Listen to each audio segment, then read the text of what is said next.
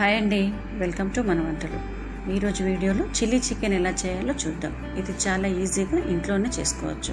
మరి దాన్ని ఎలా చేయాలో చూద్దాం.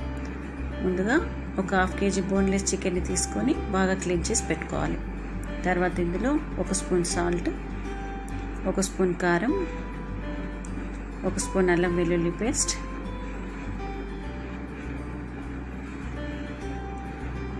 వేసుకున్న తర్వాత ఒకసారి కలిపి దీంట్లో 1 స్పూన్ ఆయిల్ వేసుకోవాలి. ఆయిల్ వేసుకున్న తర్వాత 1 స్పూన్ కార్న్ఫ్లోర్, 1 స్పూన్ మైదా, 1 స్పూన్ బియ్యం పిండి వేసి బాగా కలుపుకోవాలి.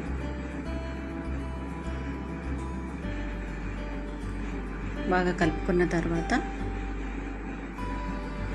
ఒక 5 నిమిషాలు పక్కన పెట్టుకోవాలి. తర్వాత ఒక బౌల్ తీసుకొని అందులో 2 స్పూన్ల మైదా,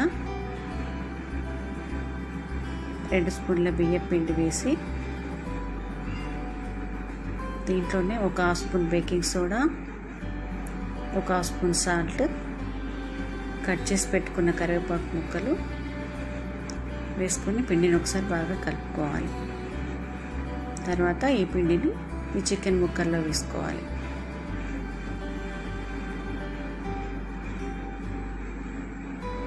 వేసుకొని మొత్తం ఒకసారి కలుపుకోవాలి. ఈ చికెన్ ఫ్రై చేసుకోవడానికి ఆయిల్ వేడి చేసుకొని ఆయిల్ వేడయ్యాక ఈ చికెన్ ముక్కల్ని అందులో వేసి ఫ్రై చేసుకోవాలి. స్టవ్ని మీడియం ఫ్లేమ్లో పెట్టుకొని ఒక 10 నిమిషాల పాటు ఫ్రై చేసుకోవాలి.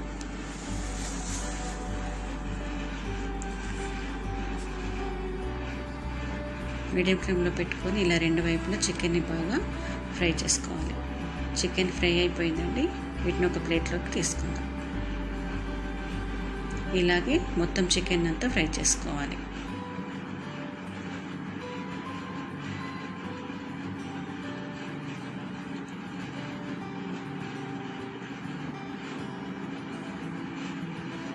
తర్వాత స్టవ్ పైన ప్యాన్ పెట్టుకొని ఒక 2 స్పూన్ల ఆయిల్ వేసుకోవాలి.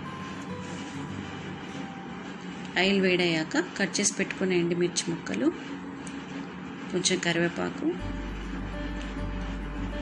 1 హాఫ్ కప్పు పెరుగు వేసుకొని ఒకసారి కలుపుకుందాం.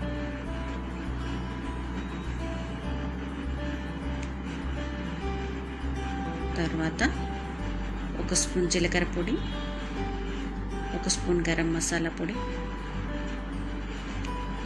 వేసుకొని ఒకసారి కలుపుకున్న తర్వాత 2 స్పూన్ల చిల్లీ సాస్ కూడా వేసుకొని 1 నిమిషం పాటు స్టవ్ లో ఫ్లేమ్లో పెట్టుకొని ఫ్రై చేసుకోవాలి. తర్వాత ఒక 2 స్పూన్ల నిమ్మరసం కూడా యాడ్ చేసి కలుపుకున్న తర్వాత మనం ముందుగా ఫ్రై చేసి పెట్టుకున్న చికెన్ ముక్కల్ని ఇందులో వేసుకోవాలి.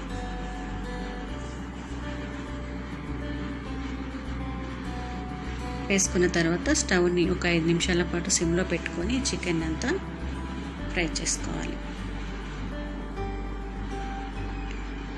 అంతేనండి, చికెన్ రెడీ అయిపోయింది. చూడండి ఎంత టేస్టీగా ఉండే మన చిల్లీ చికెన్ ఇలా ఇంట్లోనే ఇంత ఈజీగా రెడీ చేసుకోవచ్చు.